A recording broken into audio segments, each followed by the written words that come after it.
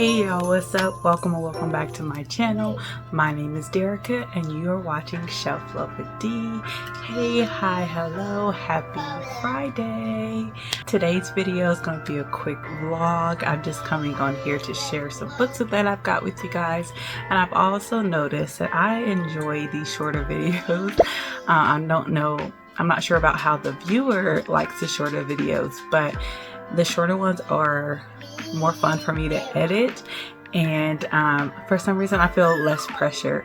I think with the longer content, there's the pressure sometimes of like having to make the video be long or feel full.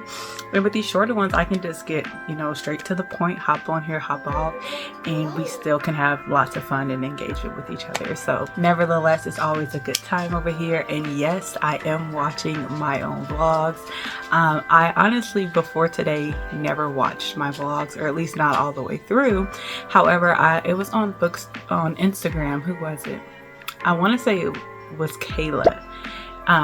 Whenever she posted her YouTube recap, her number one YouTuber was herself, and she was like, yes, I watch my videos, I'm always the first viewer. And I'm like, girl, yes, I love that. You should be your biggest fan. You should be your number one subscriber.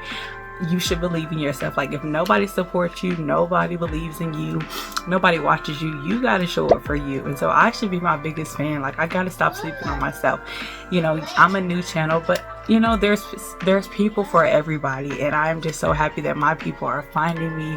We are building a community over here. We're small but mighty, as my mom likes to say, and I'm here for it. So I am watching my videos from my other YouTube channel. I'm thumbsing it up. And just to give a little more detail on that, the only reason why I was not watching it initially was because I was nervous about being on camera, and I don't like to hear myself or see myself. And then once we grew past that, it was like, I don't want fake views, or I don't want my numbers not being authentic, but I'm going to support me. If nobody else does, I am. But thank you, each and every one of you who continue to show up every week and engage with me, whether you share, leave a comment, thumbs up. I truly appreciate y'all, and I love the book community. Kayla was saying the same thing over on Instagram when I shared my yearly recap of YouTube, that there is just no community like BookTube or like the YouTube community. It's just a whole different vibe over here, and I'm here for it. It's my type of vibe. So all right, let's get into this little mini book haul. Now, these books here I've either read, I've either won via Goodreads giveaway. I mess with the Goodreads giveaways, and then the other, I believe I purchased from Thriftbooks. So this first one here is a Goodreads giveaway. They threw something here, and I like to enter the book reads giveaway because it is a great way of trying new authors and new books that I wouldn't normally buy with my own coin, or wouldn't request from like my friends for gift ideas. So it's just a good way, like I said, to try out new authors or new genres that I wouldn't want to, I don't want to say waste my coin on, but I wouldn't want to risk my coin on. So anyways, this book is called At Wit's End, and is by Bailey Hannah. Never would I ever have purchased a book myself with a cowboy on it. I am not a cowboy romance girly.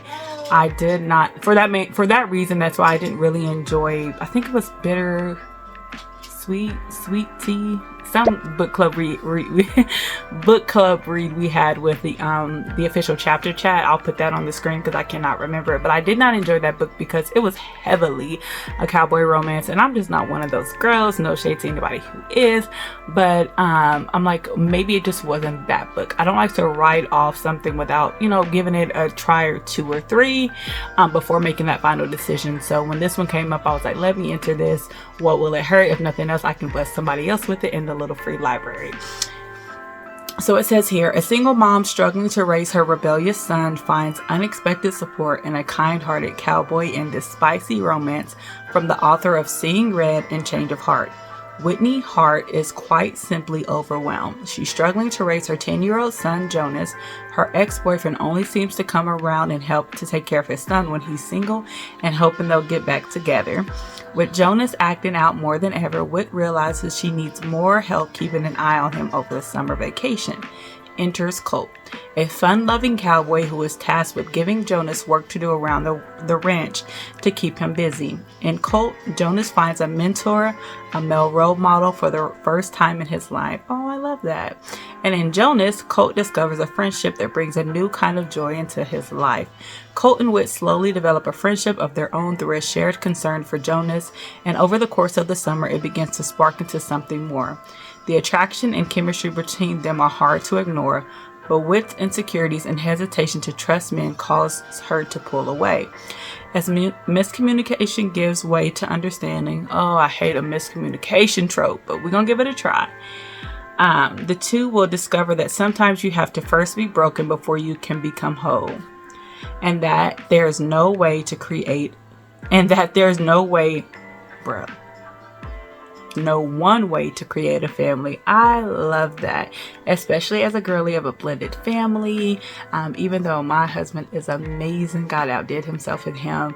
You would never even know that we are a blended family, but I love that, so I'm all for it. And I am actually interested in reading this book and just seeing what it has to offer. It may end up surprising me, and it may be one that I actually enjoy. All right, moving on to the next. This is a book that I ordered through Thriftbooks, but it was a third-party buyer, I'm assuming, because it says World of Books. So, let's see if they gave me anything good this time. Open me, I'm full of offers and vouchers. Harry's Plus, and of course the DoorDash, first time that nobody has anymore. No bookmarks. I just think it should just be like second nature. And I don't know, I guess I'm just weird like that, but like, to me, if you're a book company and somebody's ordering a book from you, throw on a bookmark. You know what I'm saying? But anyways, on to the next. Oh, I actually ordered this from Amazon. So it was from World of Books, but purchased through Amazon. And I believe the pronunciation of this is Call Baby by Morgan Jerkins. Needed to go. All right, and let's see. Oh, it looks like it used to be a library book, but that's okay because they protect their books. Library books, especially these hardcovers, whatever they put on there to keep it in good condition is legit. So it says, Layla desperately wants to become a mother, but each of her previous pregnancies has ended in heartbreak. To protect the child she's now carrying, she turns to the Melicons, an old, powerful Harlem family known for their caul. C-A-U-L. I think that's how you pronounce it. A precious layer of skin that is rumored to hold miraculous healing properties. But a deal to acquire the caul falls apart, and Layla's child is stillborn. Oh. Overcome with grief and rage, Layla does not know that her niece, Amara, an ambitious college student, is secretly expecting the baby. When the baby arrives, Amara names her Hallow, and arranges for her to be privately adopted. Amara is unaware that the adoptive family are the Melicons, who are eager to raise this extraordinary child as their own. Seeing Hallow's unusual call, the Melicon matriarch predicts the girl will save the family and restore the riches that they once enjoyed. Growing up, Hallow feels that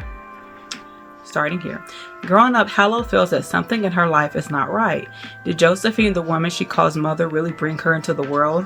Why is her cousin Helena allowed to roam the streets of New York freely while she must remain at home? Is she fated to live, work, and die in the Melicons' crumbling brownstone? As the family's thirst to maintain their status grows, fate reunites Hallow and Amara, whose career has reached an astonishing height.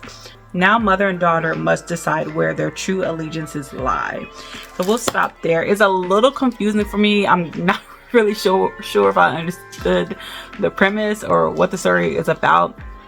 But I do remember seeing this on a booktube video, and that's what made me want to read it. We're going to just jump into it.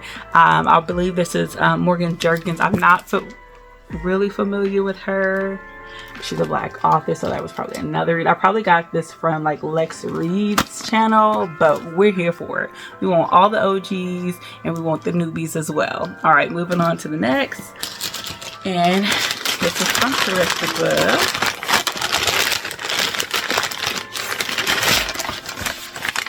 they gave us anything. It's the most bookish time of the year, so they came through. They understood the assignment and gave us a little bookmark. I'm curious what their bookmarks will look like after Christmas. And of course, they gave us another DoorDash coupon. I don't know what to do with those. Maybe somebody can use it. As you know, Thriftbooks is a used book website. So it doesn't always come like... It doesn't always come with, you know, in pristine condition, but I always try to purchase the books that either say good or very good. So these have a few stickers on the back that I believe I can easily remove. All right, so let's see if we can get this off. Oh no. I might have to, it's not tearing the book, but it's leaving that little residue to where it'd be a little hard for me to read it to you guys. It says, since her prize-winning collection of stories At the Bottom of the River, Jamaica Kincaid's work has been met with nothing short of amazement. The New York Times held her prophetic power. The New York Times held her prophetic power, and the Los Angeles Times book review said, no one else seems to be writing quite this way. Wait, did I not even need to take that off? What is the book about? Okay, one second. Let me look this up first so I can tell y'all what this is about. This is crazy. It's saying a lot about the author, but you know what I'm saying? Give her praise, but at the same time, somewhere in here, let's see what the book is about. So, I'm not saying anything, so let me grab my honey's iPad real quick. Okay, so I got it pulled up here for you guys. Hold on real quick. Let me go ahead and thumbs that video up. Okay, anyways, so it is. An adored only child, Annie has, until recently, lived an idyllic life. She is inseparable from her beautiful mother, a powerful presence who is the center of the little girl's existence. Loved and cherished, Annie grows and thrives within her mother's benign shadow. Looking back on her childhood, she reflects, it was in such a paradise that I lived. When she turns 12, however, Annie's life changes in ways that are often mysterious to her. She begins to question the cultural assumptions of her island world. At school, she instinctively rebels against authority, and most frighteningly, her mother. Seeing Annie as a young lady ceases to be the source of unconditional adoration and takes on the new and unfamiliar guise of adversary. At the end of the school year, Annie decides to leave Antigua and her family, but not without a measure of sorrow, especially for her mother she once knew and never ceases to mourn. For I could not be sure, she reflects, whether for the rest of my life I would be able to tell when it was really my mother and when it was really her shadow standing between me and the rest of the world. So this sounds like, you know, kind of one of those complicated stories of mother-daughter relationships, how you start out really close, your daughter looks at you like you're her whole entire world, wants to be just like you, and then they reach that age or that point, that phase of their childhood where they know you're no longer the light of their world, and they feel that you are holding them back for everything good, everything that they want to do. And so she's just battling that of who she is versus who her mom wants to be, and if, you know, the world is the way her mom says, or is it just her mom trying to keep her from what she wants to do? That's my take on it. So it looks like a short read. I do believe this is another one that Lex Reeves recommended, and she raved about it. It's another one of those like old school books that I just couldn't wait to have on my shelf and can't wait to dive in. A very short read. I should be able to knock that out fairly quick. All right. Next one up, we have Tumbling by Diane McKinney Whetstone. And I hate that they put this little sticker on here. I'm going to have to see if I can try to get that off. But Miss Diane is another one of the OG authors that I was excited to get on my shelf and dive into her collection.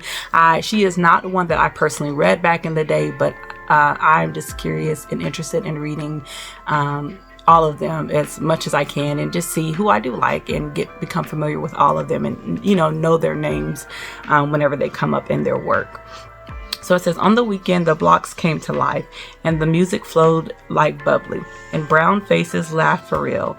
Not the mannered tee-hees of the workday, but booming laughs. And Sunday they shouted in church and felt the sweet release where grand hats rocked and high heels stomped and went clickety-clack depending on how the spirit hit.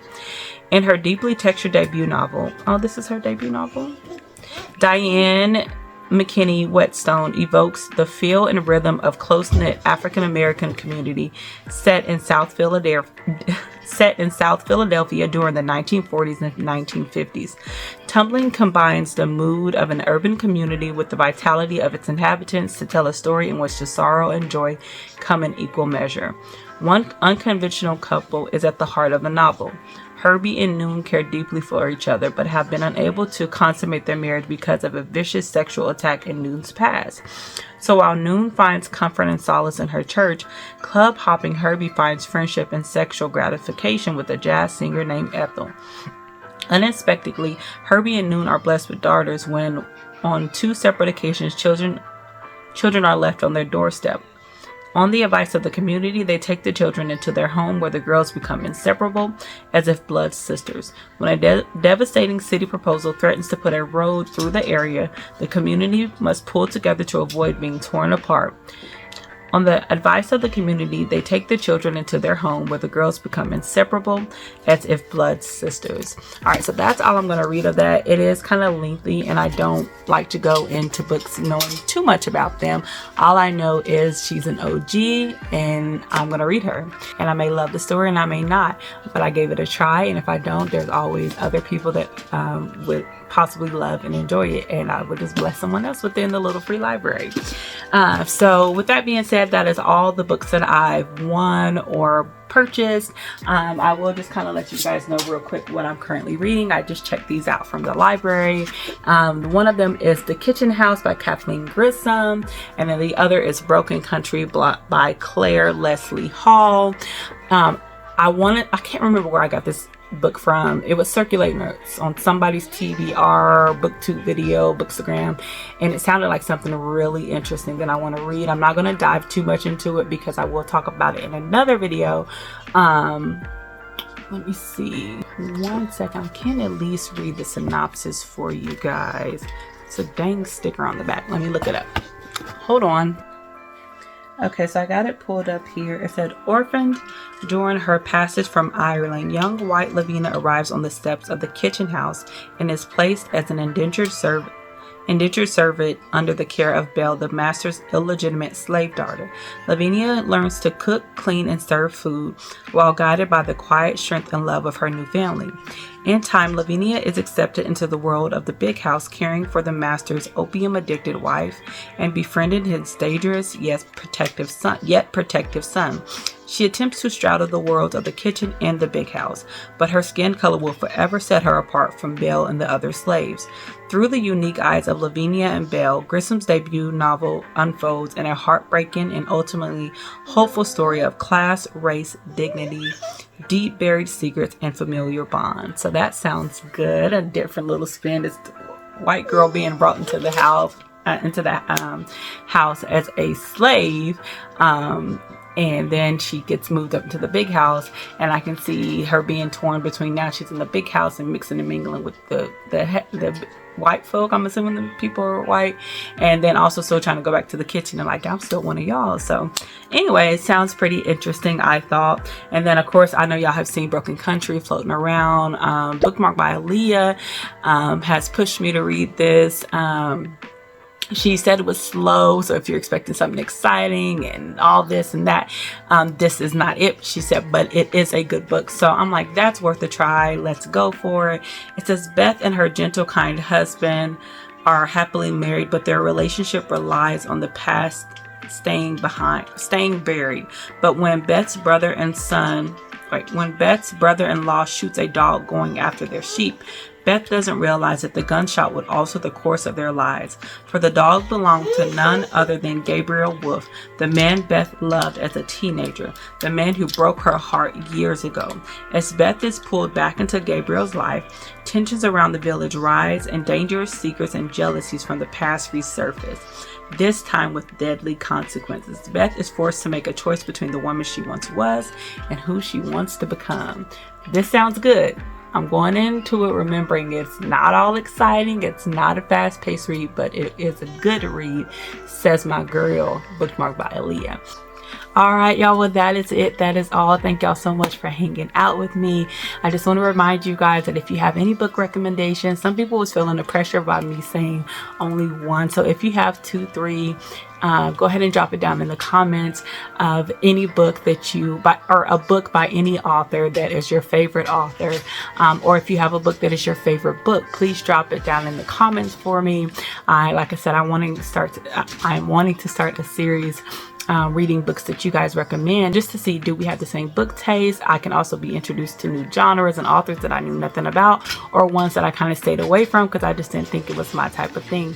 So if you wouldn't mind, just drop me a recommendation or two down in the comments, and per usual, don't forget to show yourself some love today.